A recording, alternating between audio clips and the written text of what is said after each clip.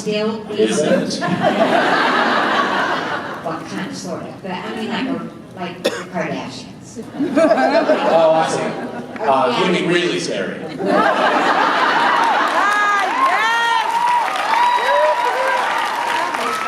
Would you still be Cass, or would you prefer to do a different character?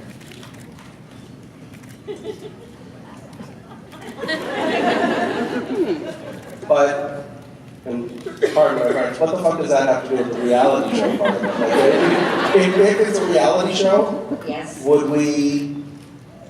Would you be content portraying the character Got Cass? it. So, fundamental misunderstanding. Reality show doesn't have fictitious characters in it.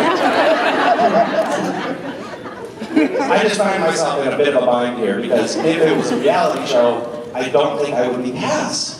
Are you saying a reality show about Cass, Sam, Dean, and Yes. company? Like it's If they were real people, Yes. and we were just following them around Right. in a roommate situation, Right. with like weird, erotic injury between some of the characters.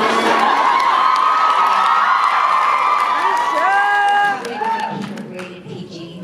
You want a PG reality show? That's a choice. You'll lose a lot of viewers, but you're obviously not a network executive.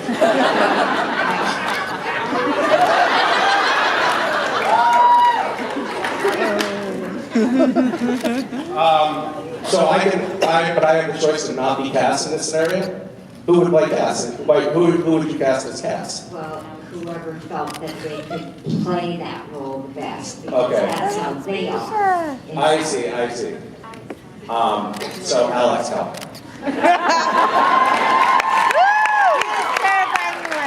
Is it? So has anyone else noticed a likeness between? Eric, just to fill you in, there's a new character on the show this year who is, he's a Nephilim, which you're familiar with, of course, that's right.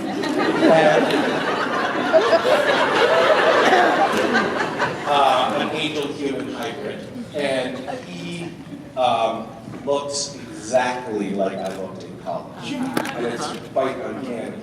It's so much so that he and I have tried to trace things back, was I in the same place as his biological mother at some point 25 years ago? It's uncanny. Anyway, yeah, I would play Cass, because Cass is the best.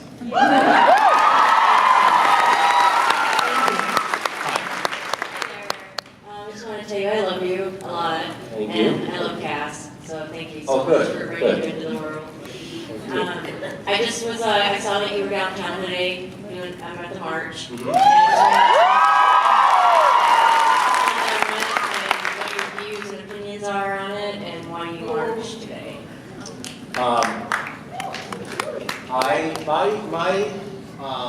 My views and opinions are things, I'm fairly open with them. I share them on the internet. I'm very, very pro-Trump. We love that about MAGA guys.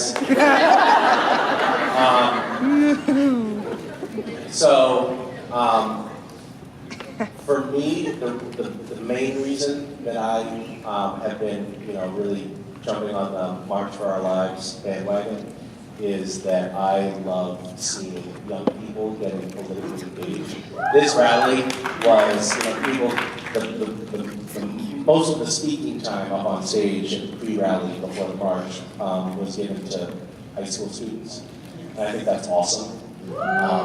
It gives me hope for the future, which is something that I've been lacking lately. So I really love seeing that there is this upcoming generation of prospective voters who have the power to turn the tide. Yeah, they do. And I want to throw my support 100% behind that, because I see a lack of apathy in the 16 to 21-year-old group right now. That cohort seems to care for some reason, and I think that's really inspiring, and I love it. So, yeah, I worked a little bit on the Doug Jones campaign in Alabama. There was a Senate campaign against Roy Moore, who was like accused of being a serial pedophile and whatever. And one of the things that I was trying to help with was getting young voters in Alabama out. And it was remarkable to learn, communicating with the campaign, that when pollsters ask, when you hear like poll numbers, it's about likely voters, they don't count that group. Young people don't vote typically, so they're not considered likely voters. And that means that if young people start voting, they could actually take the reins of the political process because they're totally underrepresented. And if they, as a group, got engaged, it would change everything. So anyway, that's why I was like,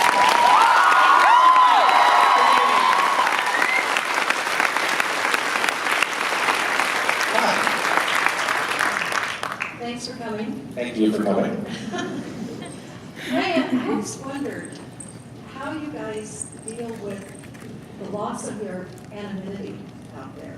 I mean, you're phenomenal actors, and now everybody recognizes you. And I'm sure most of your life you didn't have to deal with that. So No, I've always been well recognized. Because people thought I looked like Alex Calvert. You know, we are, I mean, so the show has been on, I'm not sure if you're aware, but it's been on for some time. And for the first long time, for the first maybe 7 years that I was on the show, I mean, I would get recognized, but it would be like once a day or something like that when I was out and about. It wasn't a big deal. And it's still, by the way, I mean, it's more now because people watch it on Netflix and, you know, it's just been around for so long that it's, you know, a lot of people just come across it at some point. But I'm still basically just like, you know, having a normal life most of the time. And it's great. Because the show, you know, has, I mean, when we're on the air on the CW, I think we get like 1 million viewers or something like that. You know, there are shows that have 15 million viewers. So we're this like little cult niche. yeah, but we're passionate. Yeah. So here's the thing. Hold on. So we go about our lives in normal lives. And then we get to come to a fan convention where there's a concentration of the most passionate fans. And for a few hours, we get to feel like we're important celebrities. We get a very healthy boost to our egos. People come up and say things like, I love you, and you're like, yeah, of course you do. And then you go home and you get beat on by your child.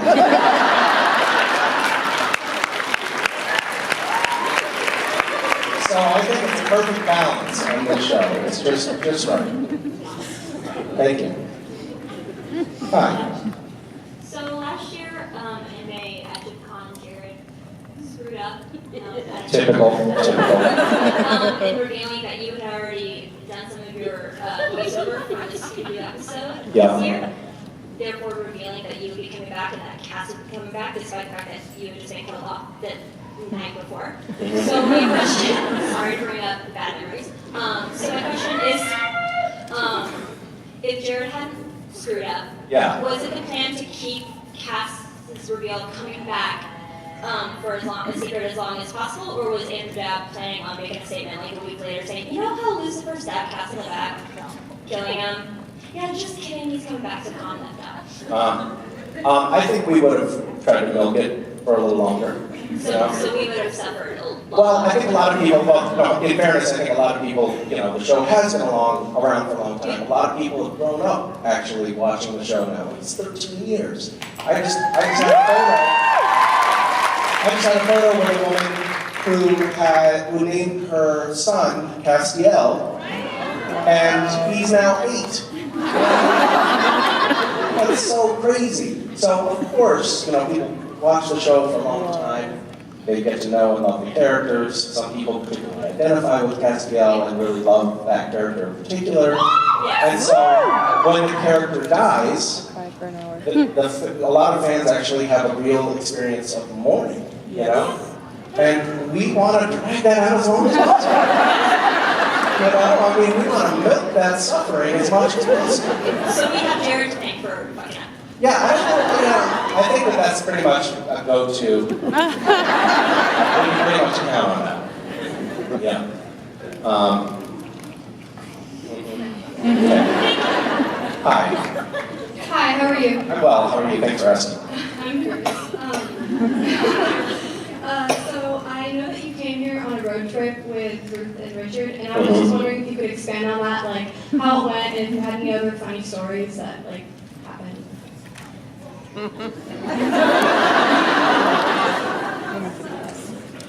No?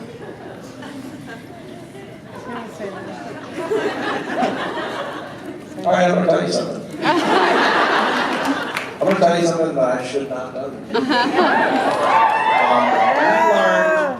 Richard Finn and I learned that Ruth is a terrible judge of character. We had just been shooting, and it was all of us and Mark Pellegrino and the boys. We were all on set together. And Ruth got in the car and she said, Isn't Mark Pellegrino just the cutest? I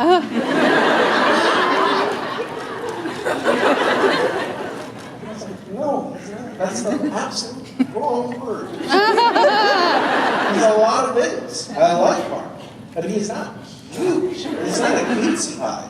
He's not a black belt in jiu-jitsu. He's definitely the scariest dude on set. We did a fight scene in the cage with Mark Pellegrino where it was me, Jared, and Jensen all trying to, fight him. And it was clear that if we had actually been in combat, he would have destroyed all three of us.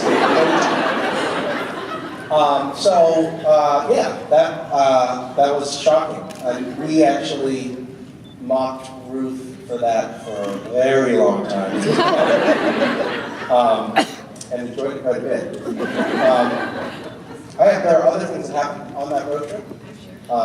Things that there are children in the audience, so I can't tell you about. But that photo, let me just, spoiler alert, was just the tip of the iceberg, so to speak. Not true. Just kidding. All right. Okay. Thank you. Suffice to say, we made the driver sign an NDA.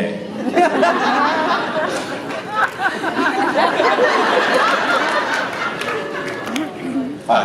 Hi. Have you known back when you auditioned how much Jared and Jensen would prank you, torment you, fondle you, and do the flirting like to break you? Would you still sign up for the role, or would you have saved yourself the trouble? We were shooting a scene last night before our road trip started. And in my close-up, shock and surprise, Jared and Jensen were standing on either side of the camera. The camera was pointed at me. And right as I was approaching the camera with my dramatic walk-up, I was walking up, delivering a line, which, by the way, in the whole scene, I only had one up.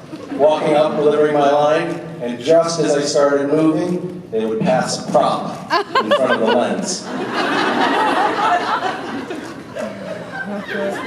And we had to do it so many times. And Dave, our dolly grip, the guy that pushes the apparatus that the camera's on, said, "Don't they want to go home too?"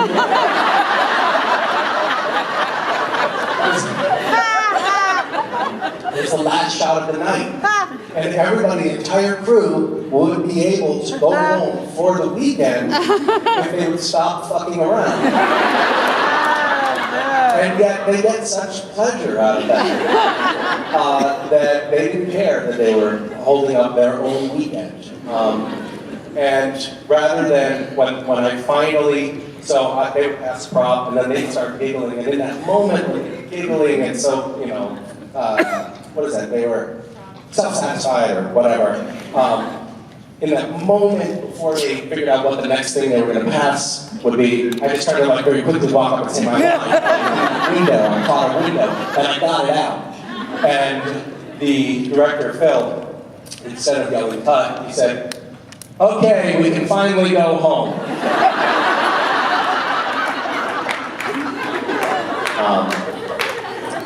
They do wear us down.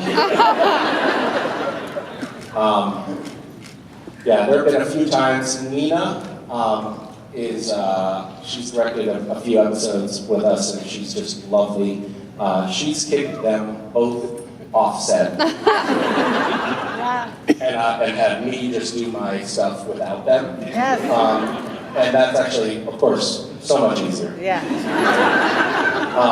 And recently, this fall, we were shooting a scene with Alex, and some of the ribbing and fondling and et cetera that you mentioned has been mercifully transposed onto Alex.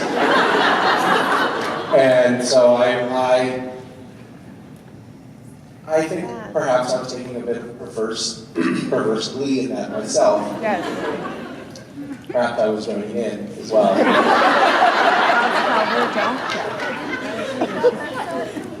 And then Nina said, "All right, that's it. I want you guys out of here." And I was like, "Finally, Alex and I are going to be able to do this scene like grown-ups." And she said, "We should be too."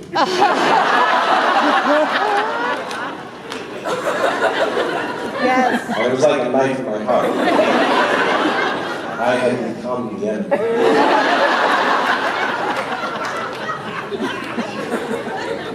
So would you have taken it? You never said yes or no, but you would still take the role. Well, some of the fondling has been nice.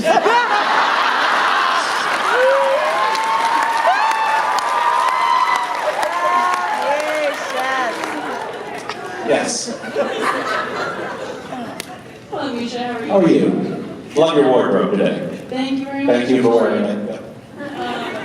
So my question for you is, now that it's been established that there's multiple universes out there, and it can be possible for really anyone to show up in any universe, who knows how many doors there are, what do you think would happen if cast were to meet either an alternate Meg meat suit, where it's like Rachel Miner, or if you were to meet Meg, like the demonic spirit, those things, what do you think that encounter would be? Wow, that would be fascinating. Only casts from our universe, or should I say the supernatural universe, would know Meg, presumably. She wouldn't know him. So she probably wouldn't immediately be as flirtatious as she had been in the past. But I think that Cass has always had a soft spot for, not always, but he's developed a soft spot for Meg, and I think he probably misses her. So I think they could try to rekindle something. It's a great idea. Why didn't you ask the writers? That would have been awesome. Good question. Thanks. Yeah. Hi. Hi, Misha. My name is Katrina, and I'm first off. You're what? Gorgeous. You're what? First off. What did you say? My name is Katrina, Hi, Katrina. and I'm going to start off with saying that you're gorgeous. Oh, well, so this is what I was talking about earlier. This is like the ego boost. It's lovely. Thank you very much for saying that. That's very charitable of you. I would like you to choose which of the questions I'd like to ask. Okay. Either a serious one about the new potentials for the alternate realities, Yeah. or a question about dog breeds. I want a serious question, obviously. They're both very serious. Okay. Because you're being ours. Yeah. So, a serious question about the alternate reality then. Yeah. Who do you think would be more powerful? Jack, as he is amazing, or baby Meg Steele? Baby Meg Steele? Yes. Oh, I Potentially see. an alternate universe, Meg Well, Castiel. you know what? I actually think that there's a lot of potential in the baby Meg Steele thing. Interesting idea. That's another interesting story point. And we could even film the conception.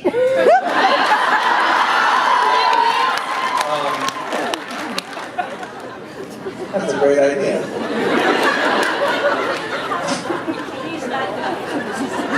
I was in a movie be, years ago, a very independent, very independent movie where me and the lead actress had a bunch of make-out scenes, we made out. And her acting teacher, this is a sidebar or a tangent, as it's known in the business. Her acting teacher was like, well, in order to get comfortable with this, you guys should probably just go make out a bit. And I was like, oh, all right, well, that's great.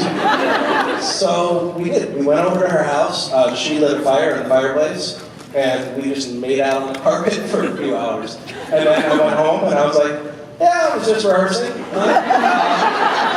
That's right. I just made out for a few hours. Acting teacher said we had to. It was really great. You don't really get to do that kind of work that often, so it's good work when you can get it. So that's a tangent. But I was going to answer your question seriously. Here's the thing. So yes, admittedly. What's the character's name? Jack? Thanks, yeah. All right, we have Meg Stiel, which would be a mashup of an angel and a demon. Yes. Which is something that I don't know we've seen before. That's like dark matter and light matter meeting, and like maybe it would create a black hole. It would be really deep. And then, you know, on the other side, you got like, it's like, yeah, I mean, we have the devil as the father, so we've got, you know, powerful Nephilim, but I think that the demon angel matchup could be good. So, yeah. Just want to hear your take on it. I like your thinking. Thank you. Thank you for planting that seed, so to speak.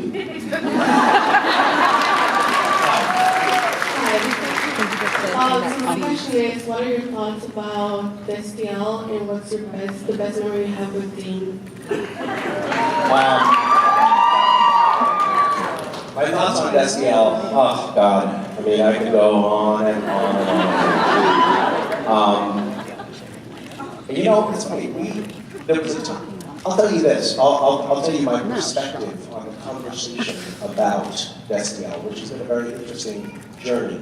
When I first got on the show, I broached the topic because I had Googled and discovered, I discovered completely unaware, nobody told me about this stuff, but I was just like, I got on the show and I was basically, I think I was Googling to see if the fans liked me, to see if I was going to get killed off. I was like, are they going to kill me? Do they like me? And I Googled around and I found out that what they really liked is me, my character, giving Dean's character a blowjob. And I didn't even know what fan fiction was. I'd never heard of slash fiction. And so I found this like essay that somebody had written, and it was like, wait, this doesn't seem like it's from a script. And then it was like all of a sudden, like, wait, I definitely didn't see any script that Dean unbuckling Cass's pants. So anyway, I broached it at a convention, and when I did, there was like this, this gasp of horror, like, oh my God, my dad just found my porn. and everyone was horrified. And then there was a period where there was like this little bit like, maybe we can talk about it, maybe we can't, and then it was banned. Nobody's allowed to bring that up anymore at the conventions, and if you do, you'll have your hand cut off. And then I think now people just don't, somehow it feels like people don't really care anymore. It's like, it's fine, we can talk about that. I know you've seen my porn. It's fine, whatever. So I think that's been kind of an interesting arc to watch, like the interplay of how either collectively ashamed or appalled everyone is over this has sort of dissipated into just like, no, whatever, everybody's a pervert. And by the way, I'm going to get in trouble for using that term because I I always get in trouble from somebody when I talk about this at all. But I also think that, like, you know, Jensen and I have had conversations about it, and we've all had conversations about it, and it's something that I think we all kind of feel like, great, you know, good on you. Jensen and I don't write a ton of Jensen. But that's just because we live it all the time.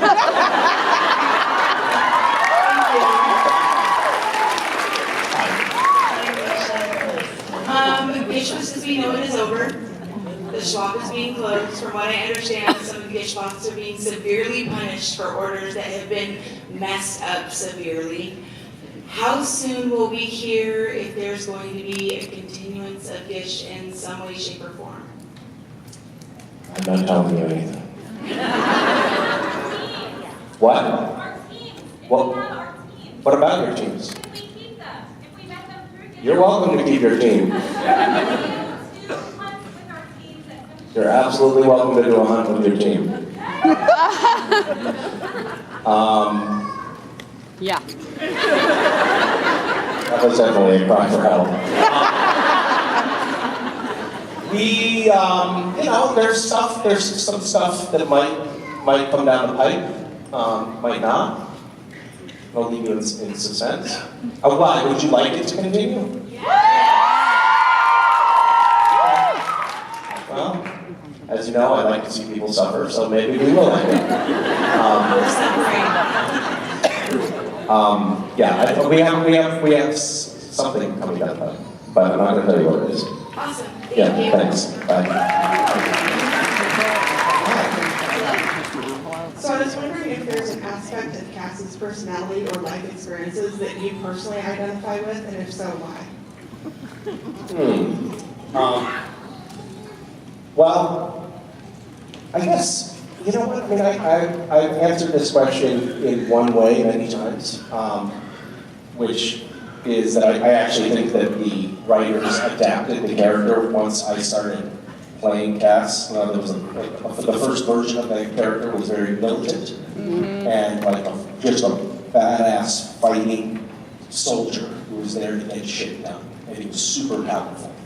And very quickly that character morphed into a socially awkward dweeb who always had his powers broken in some way or another. And I definitely feel that the writers adapted Cass to my personality. But I also am, I see Cass as like a watchful person and also as an introvert. He doesn't relish a lot of gregarious social interaction. I think given the opportunity, Cass would just sort of sit alone and be quiet. And that is me as well. I'm a total introvert, and that's not a joke. Like, you guys see me get up here and be boisterous, and I like come to a convention and I can, you know, glad hand with the best of them. But the truth is, like, if you give me a 12-hour window, I'm not calling anybody, I'm not making lunch plans, I'm gonna go, you know, into my office and read and write and be by myself, and that's, you know, that's what I want. I'm definitely an introvert, so I think that Cass and I kind of share that. And yeah. Thank you. Thank you. And also, I can heal people just by touching them.